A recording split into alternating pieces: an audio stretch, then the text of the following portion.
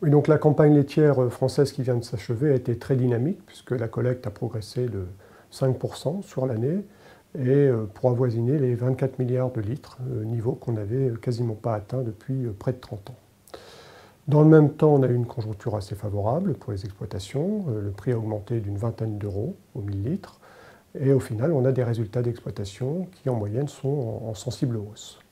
Mais ce constat moyen masque quand même certaines inquiétudes.